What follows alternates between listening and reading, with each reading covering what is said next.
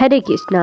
राधे राधे दोस्तों, आज की वीडियो में आप सुनेंगे कार्तिक मास महात्म्य का तीसरा अध्याय। जो भी भक्त कार्तिक मास महात्म्य की कथाएं सुनता है, भगवान श्री हरि उनकी सारी मनोकामनाएं पूरी करते हैं। तो चलिए शुरू करते हैं आज का अध्याय। सत्यभामा ने कहा, हे प्रभु, आप तो सभी काल में व्यापक है और सभी काल आपके आगे एक समान है। फिर यह कार्तिक मास ही सभी पापों में श्रेष्ठ क्यों है? आप सब तिथियों में एकादशी और सब मासों में कार्तिक मास को ही अपना प्रिय क्यों कहते हैं? इसका कारण बताइए। भगवान श्री कृष्ण ने कहा, हे भामिनी, तुमने बहुत अच्छा प्रश्न किया है। मैं तुम्हें इसका उत्तर देता हूँ, ध्यान पूर्वक सुनो। इसी प्रकार एक बार महाराज बेन के पुत्र राजा पृथु ने प्रश्न के उत्तर में देवर्षि नारद से प्रश्न किया था, और जिसका उत्तर देते हुए नारद जी ने उसे कार्तिक मास की महिमा बताते हुए कहा, हे राजन, एक समय शंख नामक एक राक्षस बहुत बलवान एवं अत्याचारी हो गया था। उसके अत्याचारों से तीनों लोकों में त्राही त्राही मच गई।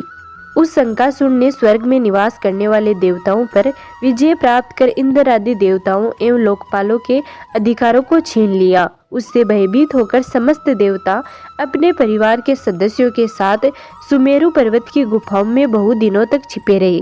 तत्पश्चात वे निश्चित होकर सुमेरु पर्वत की गुफाओं में ही रहने लगे।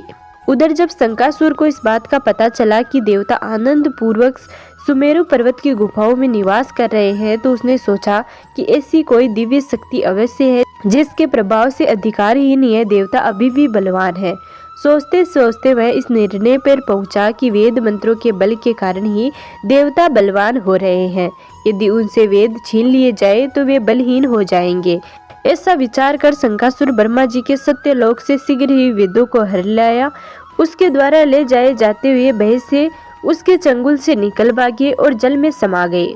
शंखासुर ने वेद मंत्रों तथा बीज मंत्रों को ढूंढते हुए सागर में प्रवेश किया, परंतु न तो उसको वेद मंत्र मिले और न ही बीज मंत्र।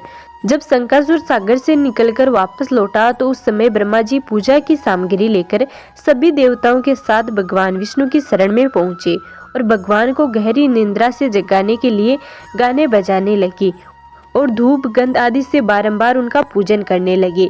धूप दीप नैवेद्य आदि अर्पित किए जाने पर भगवान की निद्रा टूटी और वह देवताओं सहित ब्रह्मा जी को अपना पूजन करते हुए देखकर बहुत ही प्रसन्न हुए तथा कहने लगे, मैं आप लोगों के इस कीर्तन एवं मंगलाचरण से बहुत प्रसन्न हूँ। आप अपना अभीष्ट वरदान मांगिए, मैं अवश्य प्रदान करूँगा।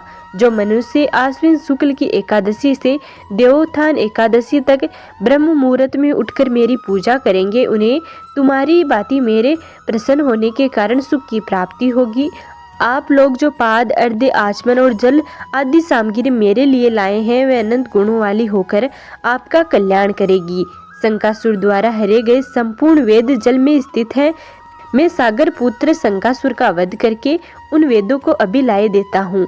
आज से मंत्र बीज और वेदों सहित मैं प्रतिवर्ष कार्तिक मास में जल में विश्राम किया करूँगा। अब मैं मत्स्य का रूप धारण करके जल में जाता हूँ। तुम सब देवता भी मुनीश्वरों सहित मेरे साथ जल में आओ। इस कार्तिक मास में जो श्रेष्ठ मनुष्य प्रातः काल स्नान करते हैं, वे सब यज्ञ के अवभत स्नान द्वारा भली भांति नहा लेते हैं। हे देवेंद्र, कार्तिक मास में व्रत करने वाले को सभी प्रकार से धन पुत्र पुत्रादि देते रहना और उनकी सभी आपत्तियों से रक्षा करना। हे धनपति कुबेर, मेरी आज्ञा के अनुसार तुम उनके धन धान्य की वृद्धि करना, क्योंकि इस प्रकार का आचरण करने वाला मनुष्य मेरा रूप धारण करके जीवन मुक्त हो जाता है। जो मनुष्य जन्म से लेकर मृत्यु पर्यंत विधि पूर्वक इस उत्तम व्रत को करता है, वह आप लोगों का भी पूजनीय है। कार्तिक शुक्ल पक्ष की एकादशी को तुम लोगों ने मुझे जगाया है, इसलिए यह तिथि मेरे लिए अत्यंत प्रीतिदायिनी और माननीय है। हे देवताओं, यह दोनों व्रत नियम पूर्वक करने से मनुष्य मेरा सानिध्य प्राप्त कर लेता है। इन व्रतों को करने से जो फल मिलता है वह अन्य किसी व्रत से नहीं मिलता है।